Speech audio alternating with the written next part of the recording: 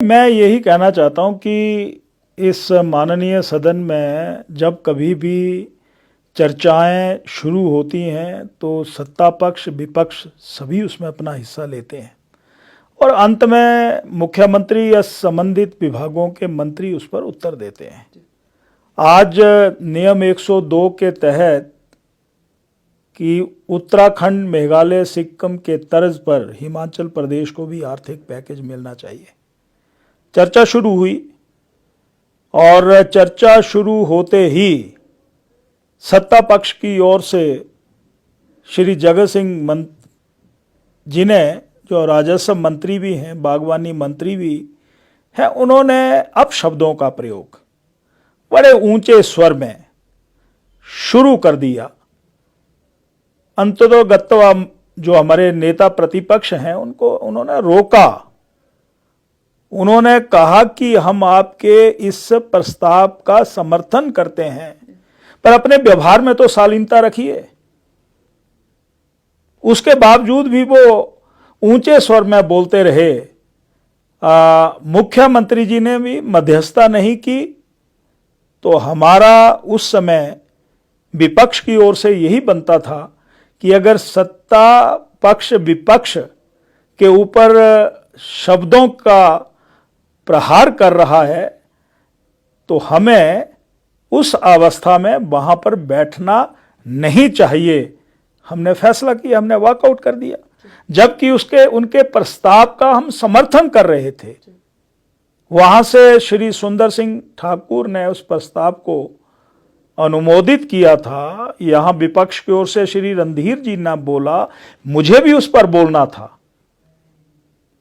और जब मैं ये भी कहना चाहता हूं कि अगर हिमाचल प्रदेश सरकार इस प्रस्ताव के माध्यम से उस पैकेज की बात कर रहे हैं, तो जो केंद्र की सरकार ने पिछले वर्ष से लेकर के अभी तक इस प्राकृतिक आपदा से निपटने के लिए, चाहे वो पीएमजीएसवाई फेज 3 हो, चाहे वो सीआरएफ की बात हो, चाहे हिमाचल प्रदेश के लोगों ने पैसा इस आपदा के लिए दिया हो, चाहे ग्रामीण विकास मंत्रालय ने 11,000 मकान बनाने के लिए धनराशि भेजी हो, तो उन बातों को हम पूछ रहे थे।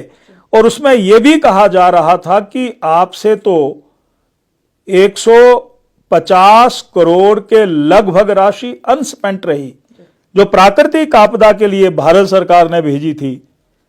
उस मामले में मुख्यमंत्री जी भी उखड़ रहे थे और श्री जगत सिंह नेगी जी भी उखड़ रहे थे। शब्द क्या थे सर जगत सिंह नेगी के?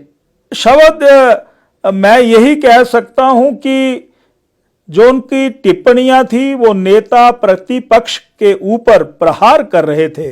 जिन शब्दों का उच्चारण यहां बिल्कुल भी संवैधानिक नहीं है, मर्यादाओं के बीच में नहीं है, ये मैं कहना चाहता हूं।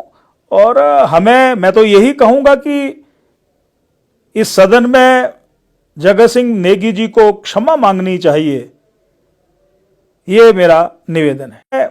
जब उसके ऊपर अमेंडमेंट आई थी तो मैंने अपना वक्तव्य दिया था। मैंने ये कहा था कि जल्दबाजी में लिया गया ये विधेयक, अमेंडमेंट लाया गया है, इसके सारे पहलुओं के ऊपर विचार किया जाना चाहिए।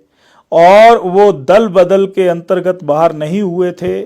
वो जब फाइनेंशियल बिल लाया था उसमें वो उपस्थित नहीं हुए थे। जहां विप जारी किया था तो विप के उल्लंघन में उनको निष्कासित किया गया था। तो हमने इन सारे पहलुओं को वहां पर रखा, परंतु हमारी बात को उन्होंने सुना नहीं। हालांकि उनके दल में भी डिवीजन था। अधिकतर विधायक कह रहे थे कि ये नहीं होना चाहिए। उनके विधायकों ने भी हमारे साथ व्यक्तिगत बातचीत की। हमने ये कहा कि इसको सेलेक्ट कमेटी में ले जाइए, वहां पर मंथन कर लीजिए, परंतु इसको जल्दबाजी में पूर्वाग्रह की भावना से इसको पारित किया गया, ये मैं कहना चाहता हूं। क्या बीजेपी अब राज्यपाल के पास जाएगी, क्योंकि ये बिल विधेयक बनने के लिए राज्यपाल के पास जाएगा, राज्यपाल की सहमति इस पर जरूरी है, क्या राज्यपाल से आप लोग बात करेंगे? समय समय पर इस प्रकार का के जो विषय आते हैं वो विधानसभा में उठाए जाते हैं और जैसे विधायक दल निश्चित करेगा वैसे ही अगली कार्रवाई होगी।